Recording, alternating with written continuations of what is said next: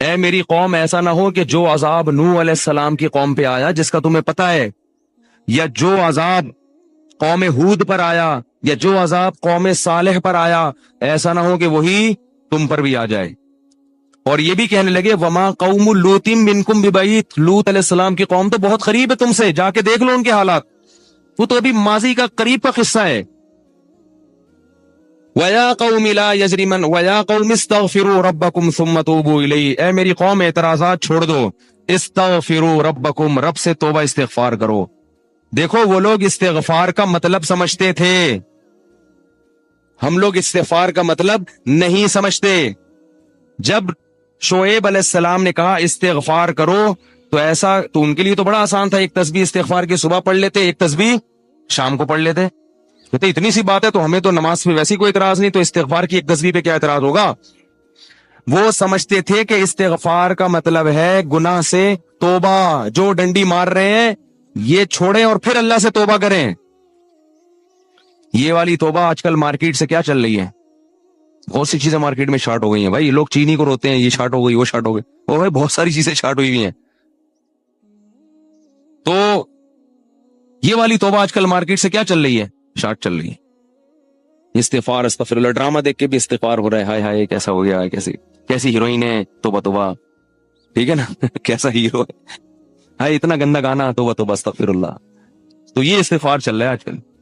تو استغفار کا مطلب وہ لوگ بولو بھائی سمجھ، وہ کچھ لوگ بیٹھے ہوئے تھے نا، ایک بس میں جا رہے تھے، سب ایک بس میں جا رہے تھے، ذرا دیندار تھے وہ، تو سب نے تہیہ کیا بھائی اگر کوئی لڑکی خاتون واتون نظر آ گئے نا تو استغفار پڑھنا بھائی، ٹھیک ہے نا، کیا کرنا ہے تاکہ نظریں نیچی کر لیں، توبہ استغفار۔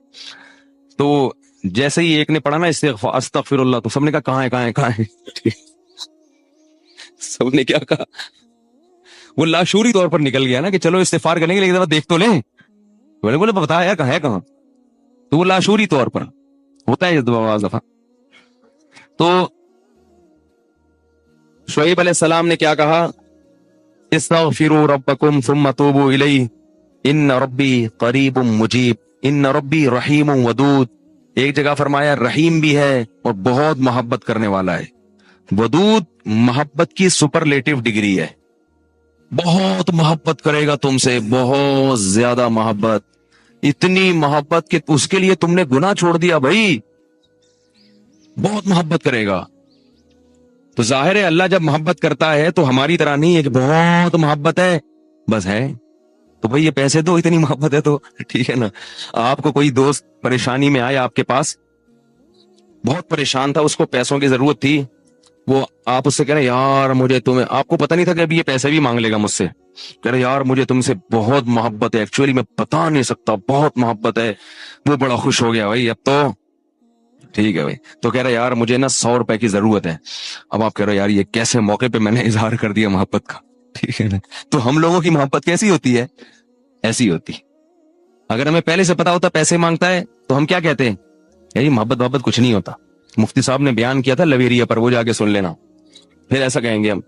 تو اللہ جب کہہ رہا ہے نا کہ استغفار کرو گے تو میں کیا کروں گا، ودود بے پناہ محبت کروں گا، بے پناہ محبت، اس کا مطلب ہے کہ پھر اللہ نوازے گا، بہت بہت نوازے گا، رزق کی فراوانی کر دے گا، رزق کے دروازے کھول دے گا، دل میں سکون ڈال دے گا۔ اگر پریشانی بھی آئے گی تو درجات کو بلند کرنے کے لیے، جیسے یعقوب علیہ السلام پر پریشانی آئی، جیسے یوسف علیہ السلام پر پریشانی آئی تاکہ مصر کا بادشاہ بنا دوں، پھر وہ پریشان کرنے کے لیے پریشان نہیں کرے گا، وہ پریشان کرے گا خوشی دینے کے لیے۔ آپ حیران ہو کہ خوشی دینے کے لیے بھی کوئی پریشانی ہوتی ہے۔ حدیث میں آتا ہے کہ ایک بوڑھی عورت نے نبی صلی اللہ علیہ وسلم سے پوچھا کہ کیا بوڑھی عورتیں جنت میں کیا میں جنت میں جاؤں گی؟ آپ نے فرمایا نہیں۔ ارے بھائی نبی کے منہ سے ایک عورت سن لے کہ میں جنت میں نہیں جاؤں گی، اس پہ کیا گزرے گی؟ اس کا مطلب جہنم کا ٹھپا لگ گیا، اسٹیمپ لگ گئی، اتنی پریشان۔ خود سوچو کہ جن صحابہ کو جنت پر ایسا یقین تھا جیسے اپنی آنکھوں سے دیکھیو، حضرت علی کی ایک روایت ہے کہ میں اگر جنت کو اور جہنم کو اپنی آنکھوں سے دیکھ لوں تو میرے ایمان میں اضافہ نہیں ہوگا۔ تو جن لوگوں کا ایمان ایسا ہو نبی پر، ایک ایک بات پر وہ نبی کے منہ سے سن لیں کہ میں جنت میں نہیں جاؤں گی، تو اس پہ قیامت نہیں آ گئی ہوگی، رونے لگی, پریشان ہو گئی. کچھ دیر میں نبی نے فرمایا کہ جاؤ گی جوان ہو کے. اس کنڈیشن میں اب یہاں ایک نقطہ اٹھایا ہے کہ بھئی ایسا مذاق کرنا جس سے تکلیف ہو. کسی مسلمان کو تکلیف دینا تو جائز نہیں ہے, تو نبی کیسے تکلیف دے سکتے ہیں؟ اتنی تکلیف میں ڈال دیا بیچاری کو. تو اس کا جواب یہی ہے کہ بعض دفعہ تکلیف کسی بہت بڑی خوشی کا پیش خیمہ ہوتی ہے. نہیں آئی بات؟ اگر پہلے تکلیف میں نہ ڈالا جاتا تو بعد میں جو اس کو راحت ہوئی ہے نا, وہ راحت نہ ہوتی, وہ خوشی نہ ہوتی. اس خوشی تک پہنچانے کے لیے پہلے تھوڑا سا تنگ کرنا ضروری ہے, ورنہ وہ خوشی نہ ہوتی. تو اللہ بھی اگر اپنے نیک بندوں کو پریشان کرتے ہیں تو وہ پریشانی کسی بہت بڑی کامیابی کا پیش خیمہ ہوتی ہے, پیش خیمہ ہوتی. پھر اس میں تسلیاں بھی ملتی رہتی ہیں ان کو. تتنزل علیہم الملائکہ اللہ تخافوا ولا تحزنوا, فرشتے ان کے دلوں پہ نازل ہو کے خوشخبریاں دیتے ہیں کہ غم نہ کرو, خوف نہ کرو, بس یہ پریشانیاں دور ہونے والی ہیں, جنت کی نعمتیں ہیں. بعض دفعہ تو دنیا میں بھی بہت بڑی کامیابی مل جاتی ہے. تو اب وہ اچھا یہ بات مسئلہ ذہن میں رکھو کہ اللہ ودود ہے, محبت کرتا ہے اپنے بندوں سے بے پناہ, رحیم ہے, غفور ہے.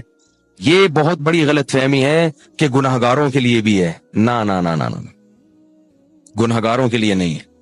جو گناہ سے توبہ کرنے والے ہوں ان کے لیے. ہمارے ہاں بعض خطیب اللہ کی رحمت کو ایسے بیان کرتے ہیں کہ گناہگار سمجھتا ہے کہ اللہ مجھ سے بھی بہت زیادہ محبت کرتے ہیں, حالانکہ وہ کبیرہ علانیہ گناہوں کا مجموعہ ہوتا ہے. وہ آدمی گناہوں سے اللہ کبھی بھی محبت نہیں کرتے, تو گناہگار سے کیسے محبت کریں گے؟ جو گناہ سے بچنے کی کوشش میں لگ جائے, بے شک نہ چھوٹے ہوں لیکن بچنا چاہتا ہے, اس سے بھی اللہ محبت کرتے ہیں. علماء لکھتے ہیں گناہ نہ بھی چھوٹے ہوں لیکن چھوڑنا چاہ رہا ہے, لائن پہ آنا چاہ رہا ہے, تو اللہ اس سے بھی محبت کرتے ہیں. اس کے لیے وسائل پیدا کرتے ہیں, اسباب کیا آ جائے. جو نہیں چاہتا اس سے اللہ محبت نہیں کرتے.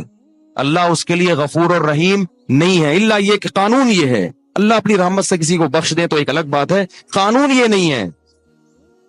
قانون یہ ہے کہ وہ کیا ہے, عزیز ذو انتقام, غالب ہے اور انتقام لینے والا ہے. ان الذین یکسبون الاثم سیجزون بما كانوا یقترفون, جو گناہ کر رہے ہیں عنقریب پتہ چلے گا, عنقریب پکڑے جاؤ گے, عنقریب ٹھکائی لگے گی. تو جس سے محبت ہوتی ہے اس سے ایسے باتیں کی جاتی ہیں. آپ کو جس سے محبت ہے آپ اس کو دھمکیاں دیتے ہیں اس طریقے سے. اللہ فرماتے ہیں کہ تمتعوا, مزے اڑاؤ مزے, ان مصیرکم الی النار, آنا جہنم کی آگ کی طرف ہے. حدیث میں آتا ہے کہ میں سب سے زیادہ غیرت مند اور اللہ مجھ سے بھی زیادہ غیرت مند ہے. اور اللہ کی غیرت کو اس وقت جوش آتا ہے جب کوئی اللہ کے حرام کردہ کاموں میں سے کوئی کام کرتا ہے. یہ کون چیخ رہا ہے بھائی؟ ان کو سنبھالیں بچوں کو باہر, کیا ہو رہا ہے؟ پیچھے لوگ بیٹھے ہوئے ہیں دیکھ نہیں رہے ان کو. تو اللہ کو غیرت کس وقت آتی ہے؟ حدیث کے الفاظ ہیں کہ جب کوئی بندہ اللہ کے حرام کاموں میں سے کسی کام کا ارتکاب کرتے ہے. اللہ کھلا رہا ہے, اللہ پلا رہا ہے, پھر آپ ناجائز کی طرف جا رہے ہو. تو حدیث میں یہ نہیں آتا کہ جب کوئی بندہ گناہ کرتا ہے تو اللہ کو اس میں محبت کا بڑا جوش آتا ہے. نہ, پھر اللہ کو غیرت آتی ہے اور اللہ کی صفت انتقام جوش میں آتی ہے. اس لیے بھائی گناہ کرتے ہوئے اللہ سے ڈرا کرو, اللہ کی رحمت کی امیدیں گناہ کرتے ہوئے نہ لگایا کرو. ایسا نہ ہو کرنے کے دوران کوئی چھت گر جائے, زمین پھٹ جائے. بنی اسرائیل نے گناہ کیا تھا نا, ہفتے کے دن اللہ نے منع کیا شکار مت کرو, انہوں نے کر لیا, تو کیا اللہ بڑا غفور رحیم, اللہ نے معاف کر دیا فوراً. رات کو سوئے ہیں تو صبح کیا ہوا ہے, بندر اور سور جیسی شکلیں بنی ہوئی تھی. اللہ ہم سب کو محفوظ رکھے. تو گناہ سے بچنا چاہو گے تو اللہ کی رحمتیں ہیں, اللہ کی محبتیں ہیں. گناہ سے بچنے کا ارادہ نہیں کرتے تو پھر جہنم ہے, پھر جنت نہیں ہے. سمجھ رہے ہو کہ نہیں سمجھ رہے بھائی؟ یہ باتیں کہتے ہوئے مجھے بھی ڈر لگتا ہے, مجھے بھی ڈر لگتا ہے. اگر شوہر نے کہا تم آزاد ہو تو کیا طلاق واقع ہوگی؟ دیکھیں, آزاد کا لفظ ہمارے عرف میں مختلف طریقوں سے استعمال ہوتا ہے. ایک تو یہ کہ میری طرف سے تم آزاد ہو, میرے نکاح سے تم آزاد ہو. اگر یوں کہہ دیا میرے نکاح سے تم آزاد ہو پھر تو صریح طلاق ہے. یہ مجھ سے تم آزاد ہو, تو یہ وہ الفاظ ہیں جن میں جو ہے نا اپنے آپ سے آزاد کیا جا رہا ہے, تو یہ صریح طلاق کے حکم میں ہوں گے. ویسے ہی کہہ دیا تم آزاد ہو تو پھر اس میں شوہر کی نیت پوچھی جائے گی کہ آپ کی نیت کیا تھی. یہ مسئلہ میں نے ڈیٹیل سے بیان کیا ہے, آپ میرے اس کلپ پہ اکتفا کرنے کے بجائے جو میں نے ڈیٹیل سے بیان کیا ہے وہ والا کلپ دوبارہ دیکھ لیں، جس میں لفظ آزاد کی پوری تفصیل بیان کی ہے۔ تو آپ نیٹ پہ لکھیں گے تم آزاد ہو یا آزاد کے لفظ سے طلاق کا حکم مفتی طارق مسعود، ایسے لکھیں گے پورا کلپ آ جائے گا، اس میں نے پوری ڈیٹیل بیان کی ہے۔ تو خلاصہ یہ ہے کہ جب کوئی اس طرح سے طلاق دے تو خود سے فوراً فیصلہ نہ کر لیں، بلکہ کسی ماہر مفتی سے رجوع کریں۔ اور جو آپ نے پوچھا ہے تم آزاد ہو کہہ دیا، تو اس سے نیت کے بغیر یا قرینے کے بغیر طلاق واقع نہیں ہوتی۔ قرینہ کا مطلب بیوی نے کہا تم مجھے آزاد کر دو یعنی طلاق دے دو، بیوی نے یوں کہے آپ نے کہا ٹھیک ہے تم آزاد ہو، تو یہاں تو پتہ چل رہا ہے آپ کی نیت طلاق ہی کی ہے۔ لیکن اگر ایسا واضح قرینہ نہ ہو تو پھر طلاق واقع نہیں ہوگی۔ شوہر سے پوچھا جائے گا تمہاری نیت کیا تھی، کیا چاہتے تھے تم؟ کیا کسی فقہی مسئلے پر اجماع کے بعد اختلاف ممکن ہے؟ نہیں۔ جب بھی کسی مسئلے پر امت کے علماء فقہا کا اتفاق ہو جائے تو وہ اب دلیل قطعی بن جاتا ہے، اس کے بعد کسی کے لیے اس سے اختلاف کی قطعاً اجازت نہیں ہوتی۔ وجہ اس کی یہ ہے کہ اللہ تعالیٰ نے اجماع کی حجیت بیان کرتے ہوئے فرمایا وَمَن يَتَّبِعْ غَيْرَ سَبِيلِ الْمُؤْمِنِينَ، جو بھی مومنین کے راستے کے علاوہ کسی راستے کو فالو کرے گا تو ہم اسے گمراہ کر دیں گے اور جہنم میں ڈال دیں گے۔ نُوَلِّهِ مَا تَوَلَّى، ہم اس کو جہاں جا رہا ہے جانے دیں گے، یعنی یہ گمراہی کے معنی میں ہے۔ وَنُصْلِهِ جہنم، اور جہنم میں ڈال دیں گے بالآخر۔ تو اللہ نے اہل ایمان کے راستے کو بتایا، یعنی ظاہر اہل ایمان سے مراد تمام اہل ایمان۔ تو جو بھی تمام اہل ایمان میں جو اہل حق ہیں، یعنی اہل سنت والجماعت ہے، ان کی بات ہو رہی ہے۔ جو قرآن و سنت کو حجت مانتے ہیں ان کی بات ہو رہی ہے۔ جو گمراہ فرقے ہیں ان کی بات نہیں ہو رہی ہے۔ ان مومنین سے کامل مومن مراد ہے۔ تو جب بھی یہ لوگ کسی بات پہ جمع ہو جائیں گے، ظاہر ہے ان کے علماء صلحاء کا اجماع مراد ہے، عوام کا اجماع مراد نہیں ہوتا۔ تو اللہ کہتے ہیں اب اس سے انحراف کی کسی کو اجازت نہیں ہے۔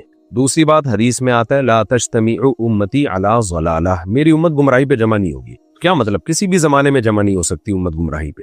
تو کوئی بھی ایسا زمانہ آ گیا جس میں اختلافی مسئلہ تھا لیکن سب کا اتفاق ہو گیا اس پہ، تو اب وہ چینجیبل نہیں ہے، اب اس میں اختلاف کی اجازت نہیں ہے، چاہے ماضی میں اختلاف رہا ہو۔ جب کسی بھی زمانے میں، کیونکہ اگر ہم مان لیں گے نا یہ اتفاق ہوا ہے اور یہ مسئلہ شریعت کے خلاف ہے تو اس کا مطلب امت گمراہی پہ جمع ہو گئی۔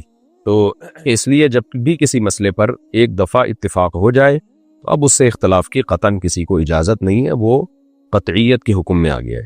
کیا حالت حیض میں عورت کا درود شریف پڑھنا جائز ہے؟ جی پڑھ سکتی ہے، صرف اور صرف قرآن کی تلاوت کی اجازت نہیں ہے۔ اگر کسی نے اپنی زندگی میں ساری جائیداد وقف کر دی ہو تو ورثہ کا حق ختم ہو جائے گا؟ جی ورثہ کا حق ختم ہو جائے گا، لیکن ایسا کرنا اچھا کام نہیں ہے۔ وارثوں کو محروم رکھنا، خاص طور پہ اگر وہ غریب مسکین ہے، تو وقف کر دی تو وقف میں اس کی ملکیت سے بھی چیز نکل جاتی ہے اور وہ اللہ کی ملکیت میں چلی جاتی ہے۔ اب وہ کسی کی ملکیت میں نہیں ہے، اللہ اس کا مالک ہے۔ ویسے تو اللہ ہر چیز کا مالک ہے، لیکن ظاہری اعتبار سے بھی اب وہ اللہ کی ملکیت میں ہے۔ اب جس مد میں وقف کیا وہ اسی میں استعمال ہوگی۔ کیا جنازے کی نماز کے بعد میت کے لیے اجتماعی دعا بدعت ہے؟ جی ہاں، یہ ثابت نہیں ہے۔ عبادات توقیفی ہوتی ہیں، جس طرح سے اللہ کے نبی صلی اللہ علیہ وسلم نے جو عبادت کی ہے ہمیں اس میں اپنی طرف سے کمی بیشی کی اجازت نہیں ہے۔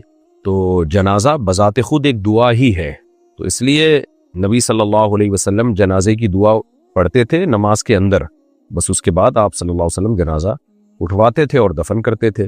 ہاں، دفن کرنے کے بعد پھر قبر پہ دعا مانگنے کی ترغیب ہے، تو جہاں ہے وہاں مانگنی چاہیے، جہاں نہیں ہے تو وہاں شریعت نے بتا دی ہے کہ یہ ہے دعا کا موقع، تو آپ نے اس موقع پہ مانگ لی، بس کافی ہے۔ صحابہ، تابعین، تابع تابعین اسی طرح کیا کرتے تھے کہ نماز جنازہ پڑھ کے جب سلام پھیرا تو بس ختم، میت کو دفنائیں اور قبر کے بعد میں دفنانے کے بعد پھر دعا مانگ لیں۔ تو جو کام نہیں کیا ان لوگوں نے تو ہم کیوں ایڈیشن کریں اپنی طرف سے عبادات میں۔ کیا عورت اپنی بہن کے شوہر کے ساتھ پردہ کرے گی؟ جی بالکل، بہنوئی سے پردہ فرض ہے، نامحرم ہے۔ اگر کسی نے سجدہ سہو بھول کر سلام پھیر دیا تو نماز کا کیا حکم ہے؟ کچھ بھی نہیں ہوتا، سلام پھیر دیا تو جیسے یاد آیا فوراً سجدہ کر لے، 2 سجدے کرنے کے بعد اتحیات درود شریف پڑھ کے اور دعا پڑھ کے دوبارہ سلام پھیر دے۔ ہاں، اگر بات یعنی مسجد سے جب تک نہیں نکلا نا تو بھی اجازت ہے، البتہ بات چیت شروع کر دی یا مسجد سے باہر چلا گیا تو پھر دوبارہ نماز پڑھنی پڑے گی۔ اگر معذور شخص ویل چیئر پہ تب کیا معذور شخص ویل چیئر پہ طواف کر سکتا ہے؟ جی مجبوری میں جائز ہے، اگر اس کے لیے چلنے کی طاقت نہیں ہے۔ کیا عورت کا شوہر کی اجازت کے بغیر حج پر جانا جائز ہے؟ اگر فرض حج ہے اور عورت کے لیے محرم کا انتظام بھی ہو گیا ہے تو پھر تو عورت کے لیے شوہر کی پرمیشن کے بغیر بھی جانا جائز ہے۔ ادروائز اگر نفلی حج ہے یا حج تو فرض ہے لیکن محرم کا انتظام نہیں ہے تو پھر